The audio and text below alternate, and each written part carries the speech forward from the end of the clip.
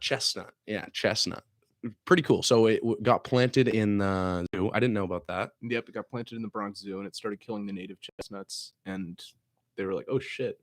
And it just spread. Rapidly. It was airborne. It spreads with water and animals. Yeah. So it grows out of the bark. So parathecia grows out of the bark like Right, yeah. a mushroom. So say this, and then as chipmunks and stuff run up and down the bark, the parathecia will grab onto the spores will grab onto the chipmunk's legs or something.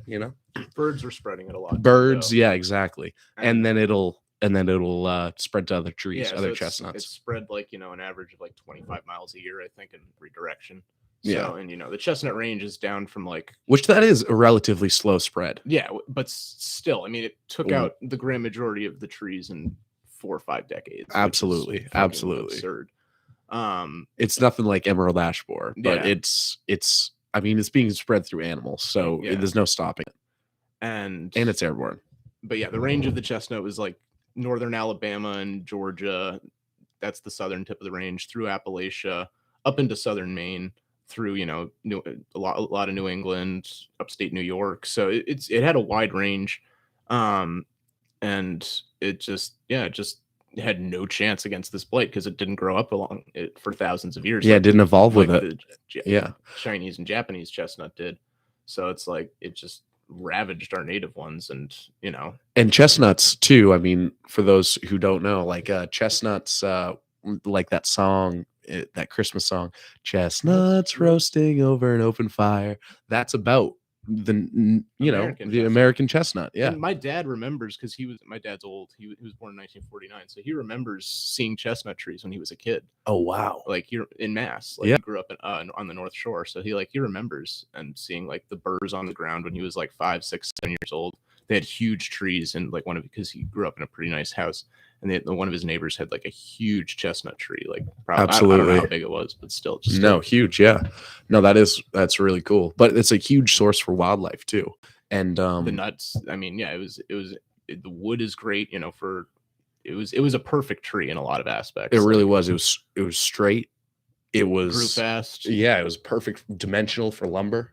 I mean, dude, it really was. And it was cross grained. I think the wood's cross grained, so you can use it for baseball bats and axe handles. I think it was rot resistant too. And it's rot resistant. I'm pretty sure, you are correct. That is right. Which is, dude, so cool. Yeah, that is one tree that probably is my favorite. If you want to think about it like that, like, dude, rot resistance.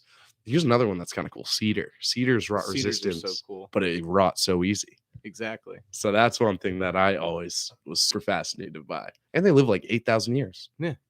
So, I mean, for those who don't know, cedars are a scale type leaf that look like a little snake almost. The leaves look like a hand. Yeah, that's a good way to describe it. Yeah, I don't really. They're not flat, and they are evergreen too. So the cones are very tiny. Mm-hmm. You can find it a lot. Like if you take the bog walk in Orono, you'll see it right in the beginning of the bog walk in the swamp. Yeah. A lot of places, especially northern Maine. That's where a lot of cedars are. In western Maine, northwestern Maine. Yeah, we have a lot of red cedar down back in Mass, which is like Juniperus virginica. It has like berry-like cones, which are like these little blue balls that if you crush them, they smell like gin. Yeah. They don't grow too big, do they? They not height-wise. Their diameter is really like they can grow up to like 70, 80 feet. Not 70. I think 60 feet's their tallest. But their diameter can get up to like 4 feet if they're in a really like optimal condition. Like usually like the edge of a field usually is where you can find a really big red cedar. Exactly. Yeah. But they also like love growing on the top of like small cliffs and stuff. They're very good at like growing on like fucking horrible shitty soil, like rocky fucking.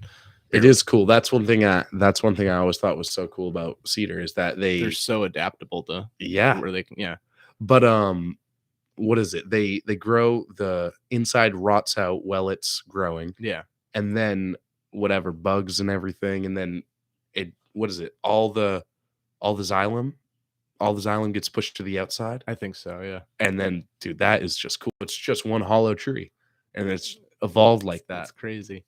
Right. But they're so shade intolerant. Like they need sun. Yeah. They need it. Mhm. Except for northern white cedar. Northern white cedar is actually pretty shit It's tolerant, but more a lot red more. cedar is incredibly Mhm. intolerant. And we don't have a lot of red cedar in No, Maine. we don't. It's Yeah. like mostly down south. There's a few planted on campus, but Yeah. It's planted. and the interesting thing about cedars is they're not actually true cedars. The Cedrus genus, which that's all over in fucking Europe. Yeah. we call them cedars, even though they're Thuya, Chamaecyparis. They're evergreens. They're in conifers. Cuprous ACA too. Yeah, exactly. They're scale like. Yeah, they're the same genus as redwoods and sequoias. So they're not. If we're gonna say something, the white pines are the sequoias of the East Coast, but sharing family, distant cousins. Exactly. Well, cypress trees are really cool. The bald cypress. Oh yeah, cypress trees, very cool. Really not dense wood. Deciduous conifer. I've been down there in Florida. I still haven't been to the Everglades. I'd love to get down and see the fucking cypresses. Yeah, they got cool knees on the bottom of the tree. They're like always submerged in water. Always submerged in water. But the interesting thing about them is they actually do very well outside of their native range. Like they can grow up into I think zone 5 or 4. Like there's a bunch of cypresses planted in my hometown. Into Massachusetts? Yeah, and they don't grow like they do down south, like submerged in water, and they don't get to that size, but they still grow. And there's one planted on at the Arboretum. Oh, no way. Yeah. Oh, that's cool, dude. Dude, I love going to the Arboretum. The Arboretum, for those who don't know, is just a tree garden. It's to right say the least. It's right across the street from Lambda frat house. Exactly, yeah. Or next to Lambda. But it's right on the river. Yep. Yeah. Beautiful, great place to take a nice short stroll. Yeah, no doubt. Yeah. Livingston was saying that there's a lodgepole pine down there, which grows in the south primarily, and he said that a lot of the trees in the Arboretum can saying lodgepole or loblolly? Loblolly. Yeah, I'm sorry, I get confused with those LLP pines. Lodgepole, yeah, longleaf. Loblolly's like the second most common tree in the country. Yeah, because it's 30-year turnaround when you plant it. Exactly. It's the plantations down south are crazy. Yeah, it's like there'll be just acres and acres of loblolly, all perfectly the same height, perfectly aligned next to each other. Do you know monoculture is very interesting? It is. Do you know southern pine beetle? Yes. Yeah. And there's like yellow pine rust and like there's all sorts of different shit that exactly. But loblolly, there's also the rust that it deals with the oak. But especially kind of cool about the southern pine beetle is it'll only attack stressed trees, but once it attacks a stressed tree, the population will build up so much it can attack other trees that are near it. So when you're saying those huge plantations, massive plantations, bigger than I think anywhere else in the country, you can't really plant any trees at large scale other than you can in the south because of the quick turnaround, right? And so they'll go in there with a helicopter if they see a stressed tree and take it out right there. Yeah. They'll go in with a helicopter, take it out and pull it out, quarantine it, drench chemicals on it, whatever they have to do, just so that southern pine beetle doesn't come and ruin their whole crop. Yeah, because it can, do a lot of damage. But it's coming up north because of the warmer winters. Wow, interesting. Yeah, so they found it in New York and Massachusetts. What trees does it get up here? All the pines. All of them? Yep, every single pine. Which ones is it showing the most damage on? I'm not sure, but it is all the it can affect white pine. Wow. It can affect any of them. Stress trees, stress pines. One of the most fascinating stresses to me that nobody can really explain, other than that we just assume it's climate change, is red bark phenomenon. I don't know if you've heard of it. No, what's that? I fucking see it everywhere in mass. There's especially on the white pine and hemlock. Oh yeah, I know what you're talking about. That's a lichen. It's not even, but it's just a red stain on the bark. It's just but it just impacts entire stands of trees, and it's it doesn't look like a lichen because it's that's what I thought. Yeah, I just asked Livingston about it the other day. It is a lichen. Yeah, and we were in a lab measuring trees and looking at this some diseases on this white pine stand, and I was like, so were we measuring for this red stuff? What is this red stuff? He said, no, that's a lichen that has no detriment on the tree. And I was like, I've always wondered that, because we might be talking about two totally different things. We might be, but it's light red. It's orange. It makes white pine bark look like red pine. Not really, but that same color a little bit. Yeah. And it doesn't look like a lichen because it's so small. It can do it to oaks. It can do it to hardwoods and softwoods. It's really interesting. Yeah, but it's like especially the Blue Hills Reservation, which is just south Yeah. of Boston. Sorry, It's- cut you off. No, buddy. you're all good. I love to hike there. I'll talk about a chestnut tree I just found there in a sec. But yeah, they've got entire fucking stands of white pine and hemlock stands, and I've seen it on some white oaks there too, which just have this very distinctive red tinge to their bark. It goes all the way up, like it's Oh, the really? entire tree. Yeah, we're talking about two totally different things. Because I'll see a white pine not plantation, but a white pine stand that nearly 60% of it, all of basically the base of the tree, 15 feet up, is all red, Yeah. and it's mostly on one side too. I can notice that. Yeah, for this one, But it's not all the around. way to the top. It's all Yeah. around, and it's all the way usually way high up the tree. So is it new?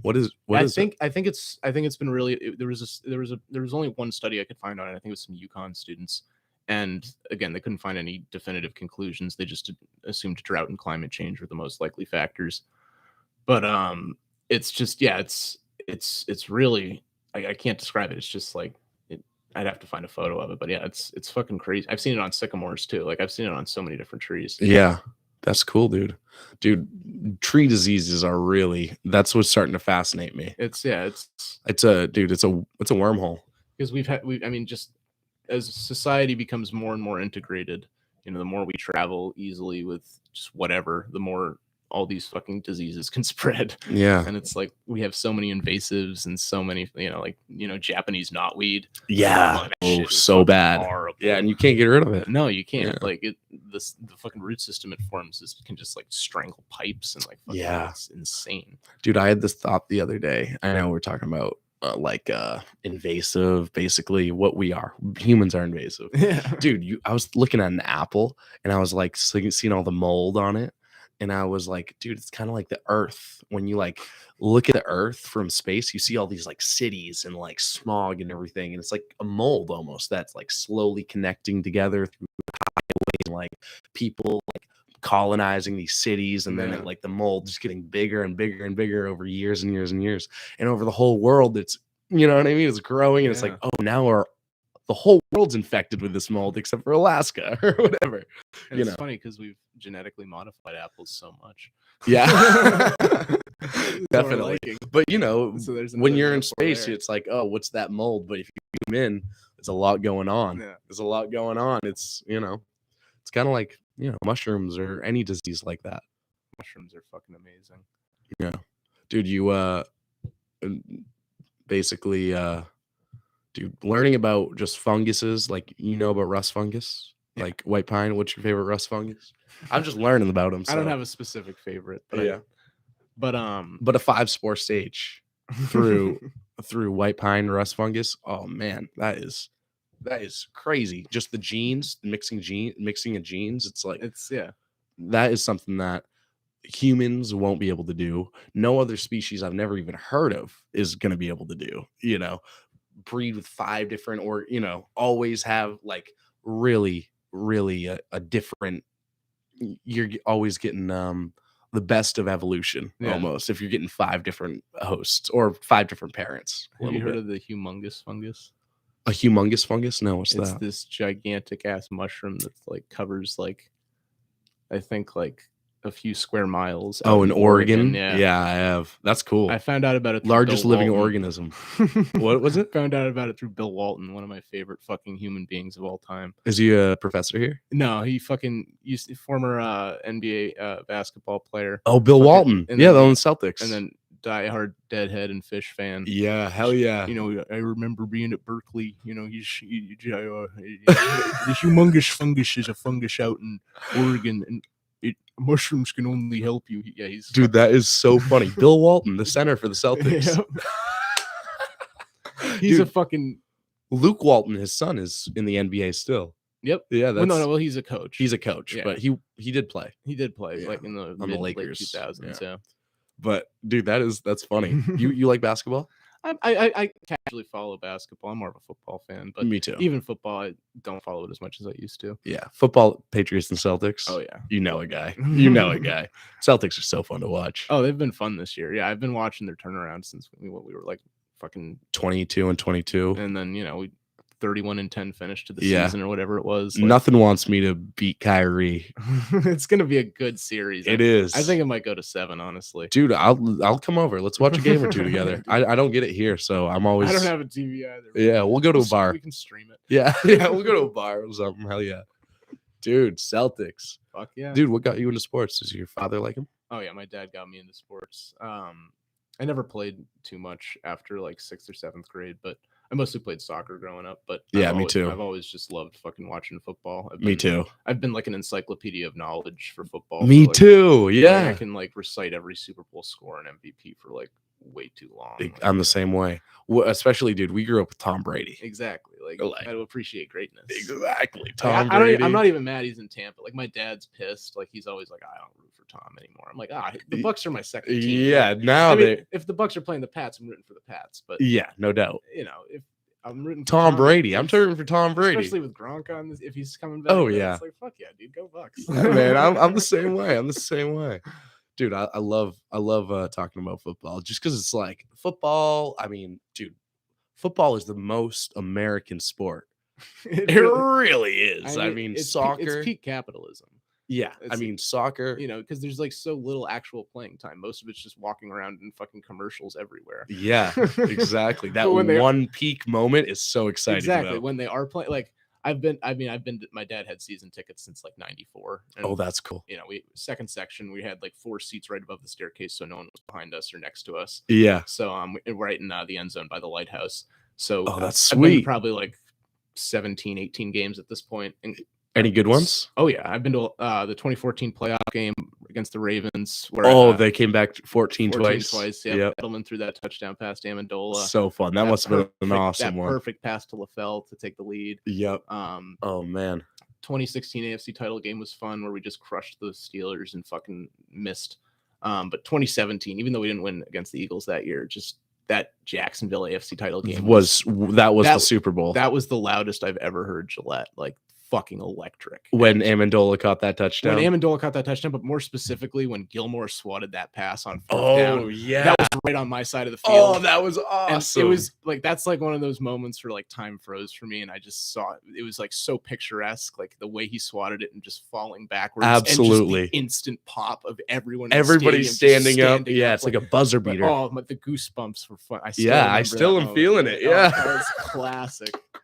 Dude, nothing is like sports when something happens and everyone's on home or away with basketball, either a buzzer beater that wins it or a buzzer beater that wins it against the home team, and it just shuts everybody up. Oh man, that is just like, remember when we beat the Sixers a couple of years ago in overtime, but they let off the confetti because they they thought they won. That's right, dude. That is so funny. That's the kind of shit that I'm just like, oh yeah, that's why I like sports.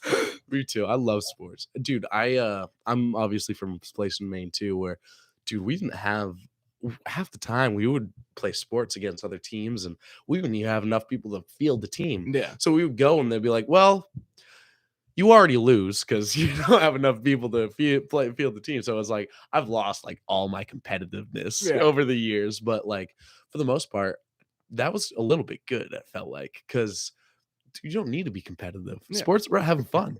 You know, they really are. And I mean, I love playing casually, like just shooting hoops or like fucking just tossing a football around. Like, yeah, exactly. That's fun for me. Wiffle ball. Yeah, seriously. Ultimate frisbee. Fuck yeah. Like when it gets serious, I'm more into just like jamming, playing guitar. Yeah.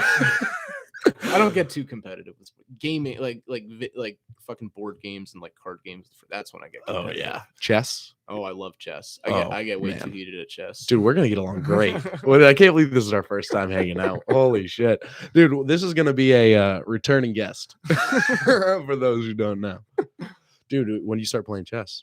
Probably when I was like 10 or 11. I had a friend growing up who was like probably one of the best chess players I've ever met. I mean, his dad was like had been playing for 30 years and he just taught him everything. Playing against his dad. He was like a young, I mean, I don't know like what level he's at, but he's good. He's good. He's good. he would always, the way he would play me was he would always give me the illusion that I was doing well. Like he'd like let me take his queen, like he'd do all sorts of different shit, and then he'd just be like, and then he'd just fucking mow me down. I'd be like, dude, what the fuck? Like, just take me out piece by piece, just annihilate me. But I've gotten better. I'm not great. I make a lot of stupid decisions. Yeah, me too, dude. We're stoners. Exactly. Like, obviously, I always miss something, but like I always have a good opening setup, and I don't know. I can always push a match for a good yeah, no, like, I'm the same way. It's about hanging out, especially with Exactly, chess. And if you lose with chess, you feel like you won a little bit because you're like, stalemates are always like, I'm never doing that again. Dude, when you lose in chess, you learn. Like, you can really tell that you're learning. yeah, you it's know, like, oh shit, that was a stupid move. Like next time I should have put my fucking knight there. yeah, Like, seriously. And chess is another thing. It's like you can go to bed hours later and be thinking about a game and being like, oh, I could just done that. Oh my god, you don't even need. Piece wasn't even there. Like, but you don't even have to picture the whole board. yeah, It's like you cool. just can, yeah. Have you seen Queen's Gambit? No, Dude, that's a good show. There's this scene in Queen's Gambit where her and this guy, and they're both chess prodigies basically, and they're driving across the country to like a chess tournament, and they're playing chess the whole way, but they're going like pawn to e1, pawn to knight to e7, and playing like that the whole way, and then they'll be like checkmate, and I'll be like, wow, that is cool. A lot going on in the brain. Yeah. But I love watching people play chess like blindfolded and shit. oh wow, yeah. Like, there's just so many, like, it's crazy what people can do. Like, seriously. There's let's talk about movies. Yeah, man. What's your favorite comedy? Dude, I didn't watch a lot of movies growing up. You didn't watch a lot of movies? No, I'm not. I honestly, I get bored really quickly. You're more a TV show guy? No, I just sitting in front of TV. I just get really bored. Unless it's sports, really. Patriots. Like when I was a kid, like the only thing we used to watch, Patriots, Celtics. Because I mean, like I love comedies. Yeah, but I like. There's a lot of movies that I could watch one time, and I'll never want to watch it again, even if they're funny, even if they're super funny. But there are a few movies that I could watch over and over. Favorite comedy, I'll say Borat. Okay, that's Borat. I've seen that so many times. What are some of your other favorites? Oh man, I like awkward humor. I like it all. But I feel like you'd like The Big Lebowski. Never seen it, but somebody, Aiden Levitt, he came in here and he had a Big Lebowski sweater on for his podcast. That's my favorite fucking comedy of all time. It's funny, yeah. There's like, it's one of those movies where it's like you're not waiting for any particular scene because every scene is just funny. Part. Yeah, like, it's just there's so many quotable. Hey man, careful! There's a beverage here. Like, yeah, there's just so many fucking. Shut the fuck up, Donnie. Like, dude, I love that. Fucking Steve Buscemi plays Donnie perfectly. Fucking Sam Elliott has like one of the best roles of all time. Just comes in, it's like, hey, dude. Where's it based? I feel like Is it a Midwestern movie? No, it's fucking. I'm pretty sure it's LA, but I honestly I can't like. I don't even pay attention. Like the setting, honestly. Yeah, it's LA. Yeah, it's LA. Yeah, I'm thinking of The Funeral. Yeah, right. I like movies mostly that are like really well made. That is my like. I like being funny, but like really well made movies. That is what I'm a fan of. Coen Brothers are great. That's why, like, I is always, that Coen Brothers? Yeah, Coen Brothers. I always go to specific directors like Scorsese. And older speed. That is cool. I got to get into that because I don't really know the director. I like Tarantino.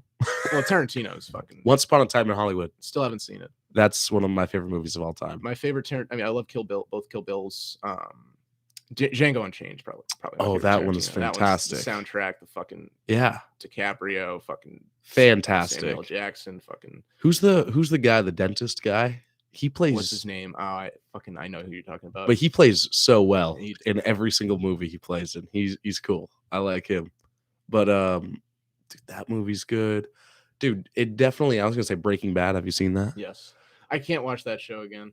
Have you seen it once or twice? Twice, never watching it again. Me too. Perfect show, but too detrimental to my mental health. Like Oh, the yeah. constant anxiety and stress. Like, even the second time when I knew what was going to happen, I still fucking hated it. Like, I'm like, Yeah. ugh, this just keeps you on edge. Like, it's so beautifully, like, there's so many iconics. Like, I love, like, It's like when it comes together at the very end, it it's comes so together yeah, like a puzzle piece, like a perfect puzzle. Just you threw it on the table and it all got put together perfectly. one of my favorite scenes is when Walt is starting up the car in New Hampshire outside of the bar, and El Paso comes on the radio.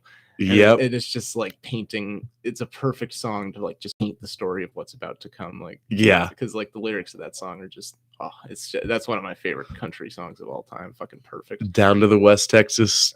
Yeah. Paso El Paso. Dude, that is a great song. There are so many iconic scenes in that movie. But what was I gonna say? Oh yeah. Dude, what is it? What was the other movie, or what was the other show Vince Gilligan did? Breaking Bad? No, I mean We were just talking about Breaking Bad. not Breaking Bad. Walking Dead. Did he do Walking Dead? I'm not sure. Let's look it up. I don't think he did. Vince. I watched Walking Dead the first couple seasons, but I didn't really care for it. Like, my friends were obsessed with it, but I don't know. I like certain zombie movies, but like that one wasn't really. Certain zombie shows, I don't know. That one really didn't do it for me. I've never seen it. It's still going, I think. I've never seen it. So he didn't do it. I'm totally wrong. I don't know where I thought that. But have you seen Community?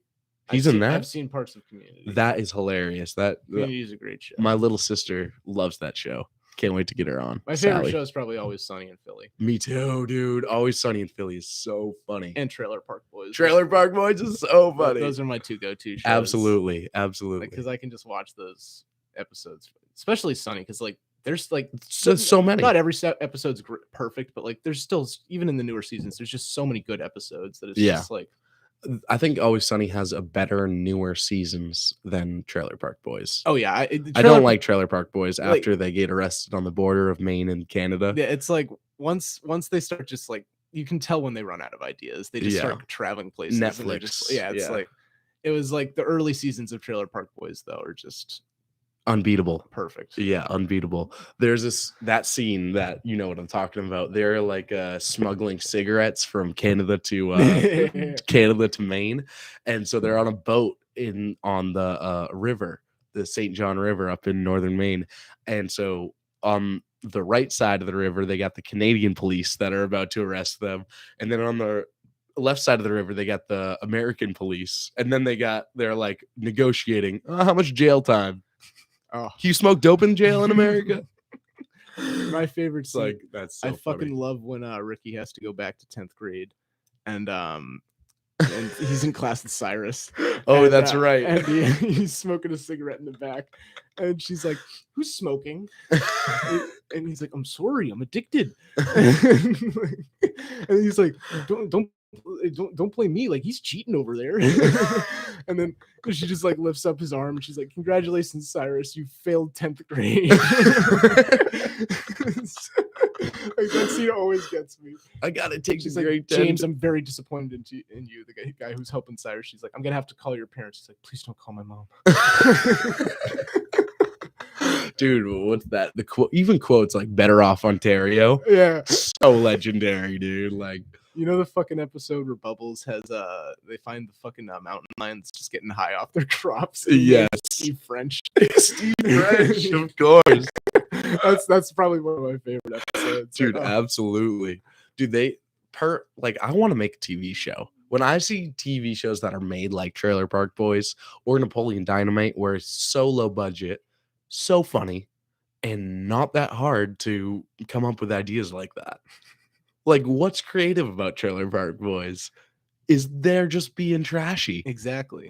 The one thing that always pisses me off about Trailer Park Boys is like, you know, they're trying to exemplify like the trashiest of trashiness, and they never ripped tobacco out of a bong. They never did. They never did. Like that's true.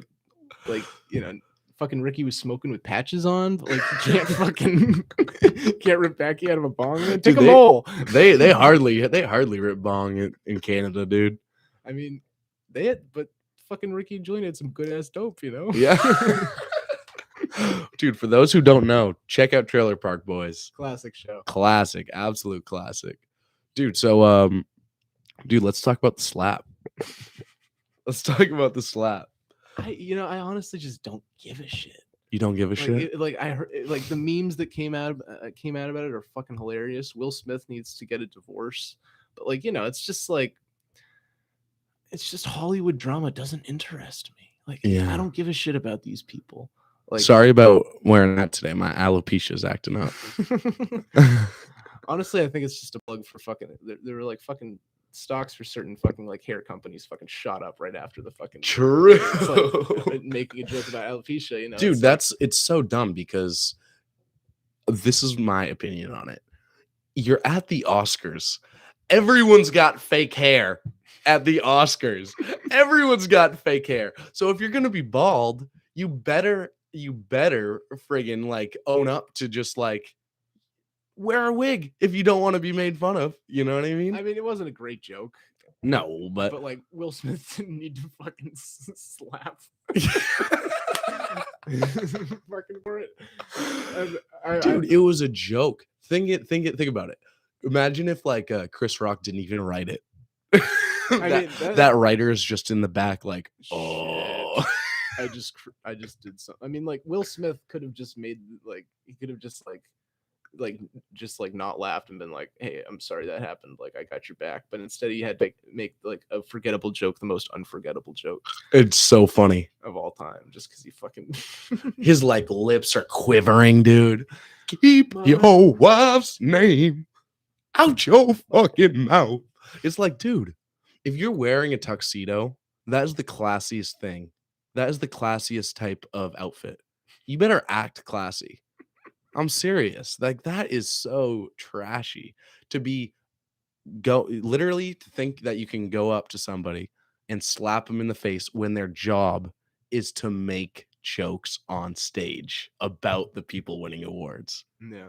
It's wow, dude, think about what this is going to do for comedy maybe. Do you think it's okay if you're at a comedian, a comedian's night, and he's saying stuff you don't like, and you can just be like, okay, and walk up to him and slap him in the face? What? In what world can you do that? No, I don't know. I think it's hilarious. I think anything. This is a hot take. I need a hot take button. But anything that happens, I don't care if it's good or bad or anything. As long as it's good content, it's good. Any publicity is good publicity, as they say. That's good content. Getting slapped in the face, dude. Good content. Oh, hell yeah, dude. Dude, what other trees do you want to talk about? Beach? Oh yeah, let's talk about beach bark disease before we wrap this up. Fuck yeah, dude. Dude, this is an awesome podcast. We're gonna have to do a bunch of these. I gotta plug WMB too. So yeah, let's do that. Let's talk about that right now. Actually, yeah, fucking 91.9, 91.9, ladies and gentlemen, the underground Orono radio. Wind magic, electricity and belts. WMEB. We're in the basement of the Union. We got 12 or 13 shows going right now, but we still got a bunch of time slots for other TJ applicants, for fucking people to have their own show. You can go 2-3 hours. Just fucking, you can do talk, you can do sports, you can do music, do whatever you want. I got a radio show every morning, every Saturday morning, 8 to 10, everything but fish. Fucking I play everything but fish. That's pretty much what I mean. I'm trying to do a different vibe every week. I still haven't made a playlist for this week, but I've got last week I did guitar centric, electric solos. A week before I did more of a soft, folkier, countryer, indie vibe, and then the first week was just a complete grab bag. I had funk. I had just good songs, jams, good music, everything. Yeah, dude, I love that. WMEB is seriously. I've never honestly connected with a music station like I have with WMEB. Every time I step in my car, I turn on WMEB and I'm trying to figure out with Siri what song this is. I'm not even kidding. It's I've never not known what song it is just because it was my phone, But now I'm always Siri, what song is this? And playing it because it's all college kids that have the same type of music as I do, and it's that's awesome. And we're trying to play new music.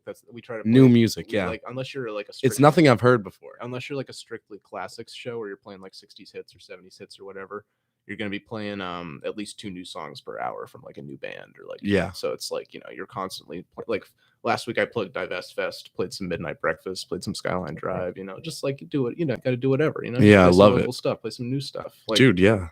That is really sick. Dude, do you know in Canada, radio shows have to play 30% of the music Canadian artists? really? Yeah. I did not know that. Do you No. think about how much Neil Young and Justin Bieber they have to play?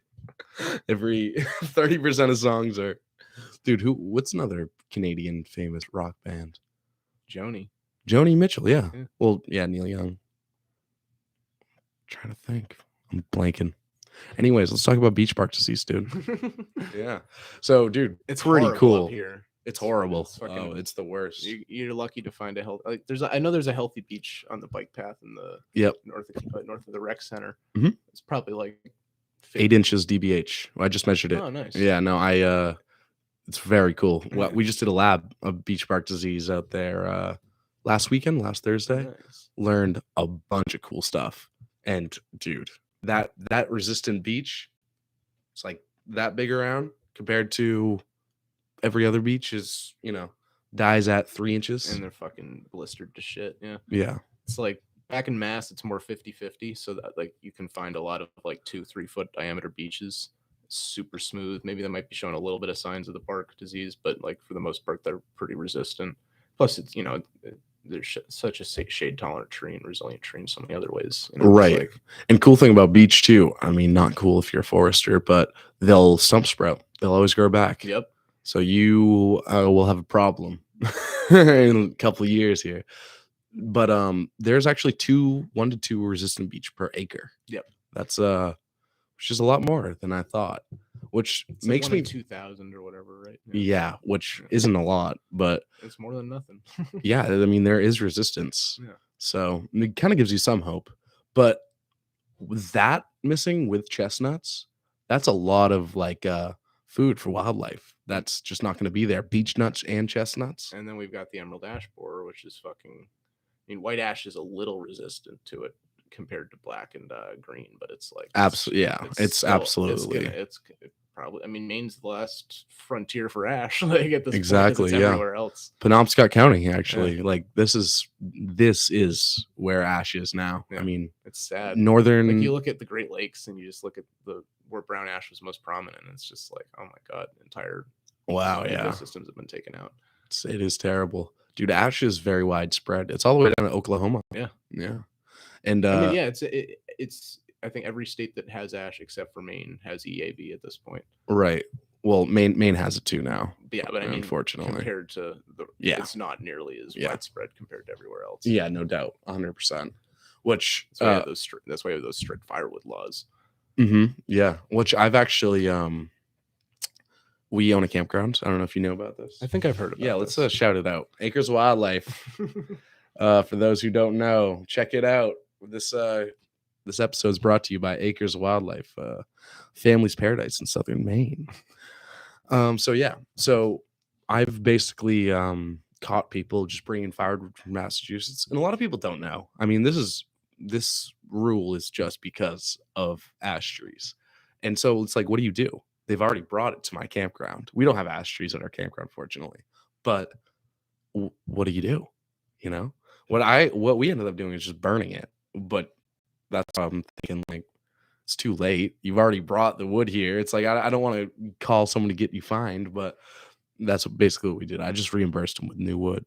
But what were we saying before that? Emerald ash borer, beech bark. Oh yeah, emerald ash borer. So how it started was in old furniture from China. I think so. This you probably know better than I forget the fucking. It's way more recent. It's only the past 30 years. I mean, exactly, yeah. And basically, it came in on an old piece of furniture, and they were trying from Asia. Yeah, from Asia, and trying to restore it, but the emerald ash borer burned itself into that wood, and then flew out. And they tried to, when they figured it out in Michigan in, I think it was the 90s, they tried to clear all the ash trees within a 10-mile radius of where they first found it. But what they didn't consider is that emerald ash borer has wings, and it'll just fly 11 miles if it can't find a tree within 10 miles. It doesn't care about if you cut a 20-mile radius, it'll just fly 21 miles. It's kind of funny to think about it like that. So that is one thing that is hard to stop. It's not a slow spread where you're going 25 miles 25 miles a year or 25 miles a decade like with chestnut. This is rapid. Yeah. Let's talk about Dutch elm. Dutch elm. I don't know as much about Dutch elm, but I'll try. So is Dutch elm a fungus that grows? And so let's draw it out a little bit. So like we can just talk about the elm. We don't have to talk about Dutch elm, but I just fucking love elm trees. Oh, I do too. The Campana elm on campus is probably that and the cottonwood that we have across the steam plant. Those are my two favorite trees. There's just this cool little part about the elm tree that I want to go over. So like, wood, how there's like little tubes that'll go right up the tree to get water from the roots to the top of the tree, right? Exactly. And so elm trees have really porous like holes, right? Say it like that. And so in the winter they'll freeze. Obviously, all the water will freeze in there, and there'll be air bubbles. So that will make it so it doesn't really work anymore. Elm trees. And so for the next year's growth, right here are these holes. And for the next year's growth, it's really efficient because it'll grow new holes and then use those holes for that year. And then in the winter, it'll freeze. Those holes won't be able to be. And so it's only the most outer layer of bark is bringing water up the wood. And so that's for elm. That's elm yellows. That's in elm yellows. Yeah, well, that's what it's elm yellow. That's what it's called. Yeah. When like the fucking leaves turn like leaf hopper yellow in the summer. Yeah. And then there's the Dutch elm disease is a beetle that fucking gets in. That's right. I'm talking about a different. Yeah, I'm talking about elm yellows. Yeah, elm yellows. Both are fucking. Elm yellow is really bad because like once you can't stop it from happening once it infests. Yeah, it's Dutch elm disease. You can fight it. Yeah, but it has no cell wall.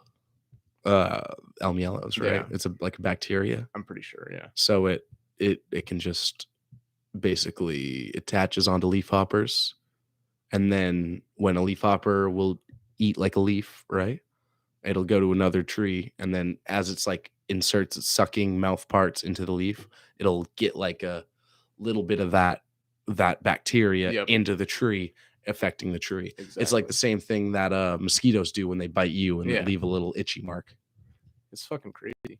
Elms, you can still see it's so cool to see the remains of like the formerly like monoculturally planted elm. Like there's so many elm streets in this country that don't have elm trees on them anymore. Yeah, but Elm Street. I mean, even the horror movie. Exactly. Yeah. Fucking Nightmare on Elm Street. Watched that the other night. That's cool. Classic. Isn't that from the 40s? 80s. 80s. Still cheesy, but it's good. It was great for the time. Yeah. But fucking best place I've probably seen remains of elm trees is down on MDI in Soamesville. There's shout out Keating Babcock. Keating, yeah. Oh, I want Keating on the show so bad. He's the man. He's having fun on Knowles right now, but he'll be back, I think, in like a little over a month, which is exciting. Keating and Sal, literally can't say enough good things about those guys. Super fun. But his family's got a property in Soamesville, and they've got an elm on their property. That's probably one of my favorite trees. It's 3.5 feet in diameter, and it's just like probably 80 feet tall, just fucking perfect umbrella. That's cool. Yeah, towering over their house. Like, oh, it's amazing. I love elm trees that just resemble a perfect mushroom. They look like an umbrella. They're beautiful, and they're tall, and they don't they really are. I mean, that is probably my favorite ornamental tree. But yeah, he told me there used to be like an entire ring of, because they have like this nice field on their property, and there used to be like an entire ring of like 15, 20 elms, and now there's only 3 left. Oh, because of Dutch elm disease, yeah, that killed. But there's still a lot of big elms on there. My buddy had also. It's a great shade tree. My buddy lives out in central Vermont. Goes to Castleton University, and he tells me about this tree in a hiking area near him called Mickey's Elm, which just like is like right at the edge of a fucking base of a cliff and at the edge of a field, and it just like towers over the entire forest. Like it's just an insane elm. Like, and it's just he sent me photos, and it looks gorgeous. That's sick, dude. But elms are still like thriving in like Florida. There's certain there's certain, and like American chestnut even is still like out west, like in Oregon, places where the blight would never travel because it's not native there. Mm-hmm. You know, the best looking American chestnuts are outside of the native range at this point. I know. That's crazy to we think got about. that 117 footer at the in Lovell, Maine on the A chestnut? yeah, No way. UMaine discovered it like 6 or 7 years ago, I think. Wow. It's the tallest American chestnut tree in the country by like 20 feet. Wow. And it's only like 10 inches in diameter. It's not very big. That's pretty. But yeah, they were doing like an aerial. They were flying in a helicopter, a bunch of like UMaine researchers, students and stuff, and they noticed chestnut flowers at the top of the forest. They're like, oh shit. Yeah. Like, we got to check that out. Wow, that's cool. So, dude, when do you think that was planted? It wasn't planted. It was, Probably it grew naturally, but God knows. I mean, they didn't want to core it, obviously, for obvious reasons. yeah. But you really can't say with the tree. Like, I don't know if they cored the other trees around it, figured out the age of them. You could do some like determination, figure out how long ago that tree would have had to sprout to shoot up and compete. But, Yeah. I mean, I don't know exactly how old it would be, but I figure probably at least 40, 50 years old. Yeah. No, they'll that's definitely like there's not many resistance. Yeah. Like especially up here. Like I've never seen a chestnut other than the one in the arboretum. I've seen one I've seen a lot of like sprout, like back in Mass there's a lot more, so I can find some like 15, 20 footers that are like slightly, they're fighting it a little bit, but they'll die eventually. But there was one I found. I was just hiking. It was like Blue Hills is really nice because like there's a lot of really crowded parts, but it's such a big park and there's so many trails that there's so many quiet parts. Like there's this Atlantic White Cedar Swamp. There's a lot of like really nice parts of the park. We were walking along one of the main roads, so it wasn't quiet, but we just are getting towards the end, and I look down and I see chestnut burrs on the ground. I'm like, holy shit. Then I look to my left, I look to my right, I look straight up, and I see a chestnut tree right in front of me. The fucking base of it looked pretty fucked. So I figured it still has the blight. Yeah. But it was still about, 40, 45 feet tall, like at best. And like, but it had a good, like, I didn't have my DBH tape, but it's probably like 8-9 inches in diameter. Like, yeah, fucking decent sized chestnut producing fucking chestnuts. And that's like, cool, that's dude. sick. Yeah, dude. Well, I bet by the time our grandkids are around, you think, I always think about this with emerald ash borer. Like, emerald ash borer can live in like twigs for 7 years. Wow. 7 years. I didn't But know that. don't you think that it'll come back someday? Like, won't we replant ash trees, I figure, I mean, as long as there's enough. Eventually. As long as there's enough time and money put into it, we'll be able to. But I do think we're going to continue to see a lot of trees decline. A lot of other rapid ecosystem changing. Mm-hmm. And there's going to be a lot more. There's going to need to be a lot more effort into, like, especially as the warming winters. Diversity especially in species that just like hemlock willia delgid is fucking horrible. There's like that's really bad. There's so much shit that's just like even white pine decline, Yep. Oak decline, armillaria root rot. I mean, we could like the conifers in general are fucking bark horrible. Beetle, even bark beetle coming up here. Yeah. That is a serious threat, and that is coming with warmer winters. Like, it's not going to be in Maine soon, but it is going to be in New England. With these warm winters, without a doubt. It's crazy. It is. I know. We're gonna wrap it up right here. I'm trying to make the episode shorter, but it's so hard because, dude, we talk about cool shit, like straight up. We like I would make another fucking 10 episodes with you, but I appreciate it, man. Yeah, dude, we will make another 10 episodes. Y'all just need to stay tuned. I look forward to it. Absolutely. So Will Fiske, friggin' right. Thanks for having me, man. So glad to have you on. More tree talk coming. Absolutely. And yeah, man, any last words you want to say to the guests or the viewers? Peace and love. Stay golden. Stay golden, like a golden mushroom. Yeah. I mean, golden. Oh, Mario Kart. Yeah. Oh, Mario Kart. Golden mushroom, baby. Yeah. Like a golden marshmallow. That's what I was thinking. Yeah. All right. Love you if you made it this far because, Peace. I mean, what is this podcast? Yeah. Goodbye, people. Hell yeah.